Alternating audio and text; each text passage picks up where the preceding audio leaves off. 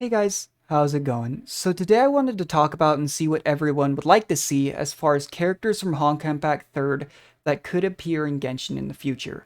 For anyone who hasn't had the chance to play HI3, it's one of Hoyoverse's previous games. Compared to Genshin, the tone is much darker, and unlike in Genshin where characters tend to be very singular, there are tons of alternate versions for some characters.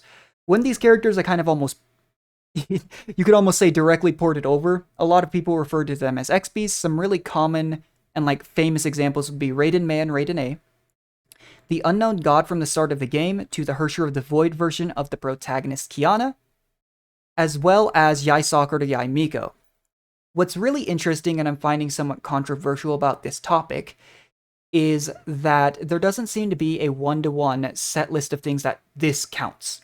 But because characters are so singular in Genshin, depending on what counts, could really affect on who we see in the future. For example, you look at Yai Miko and Yai Sakura, and they look like you can tell they're meant to be representative of each other, but personality-wise, they're very different. On the flip side of that thought process, though, I've seen a lot of really good arguments on both sides for people debating on whether Shenhe counts as our Fuhua version. Because, there's outfit compared to one of Fuhua's battle suits, there's personality, there's appearance. People even bring in other examples of other characters that could look very similar that also might count. As far as characters I would like to see, though, the really big one that sticks out in my mind, and these are just the playable ones, are the Flame Chasers. Someone had a theory that I saw, and I think it's really cool and would make a lot of sense, that Alice, Klee's mother, could be some version of Elysia.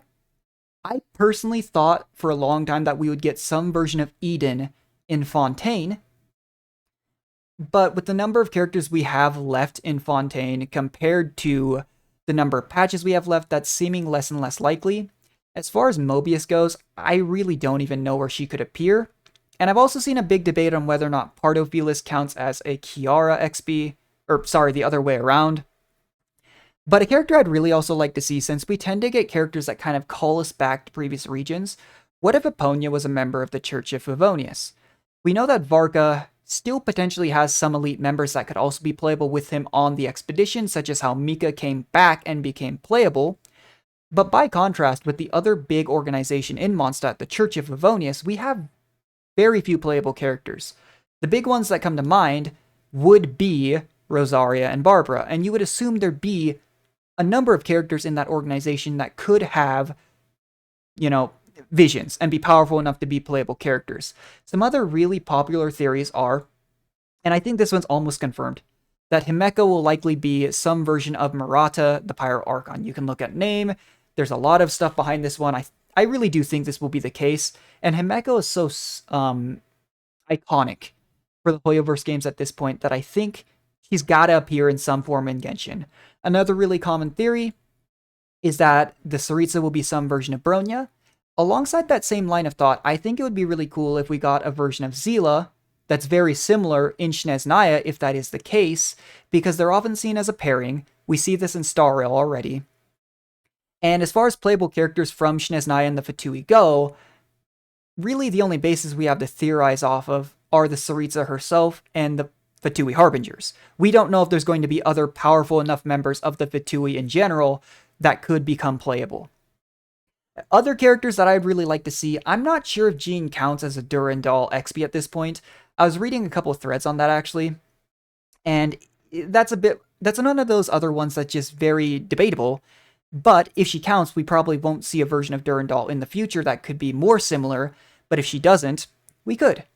There's just so many cool designs though overall in Honkai Impact 3 that we haven't seen that I think would be really cool, and it'd almost be a waste not to use them and bring those unique personalities over.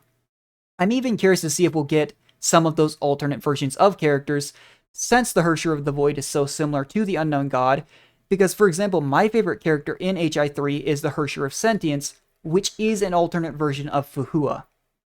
So going that entire line of thought, if Shenhe counts as a Fuhua XP, and they only want to do one version in Genshin, we may never get something like that, or if she doesn't count, or if they're even willing to do multiple versions, we might. But anyways, guys, let me know who you'd like to see, or who you even think counts that other people might disagree with as far as XPs go in Genshin, because I'm really interested to see what people think. It's just such a cool topic to talk about, and it's one of the best bases I think we have for upcoming characters that we don't know about. But anyways, guys, let me know your thoughts. See ya.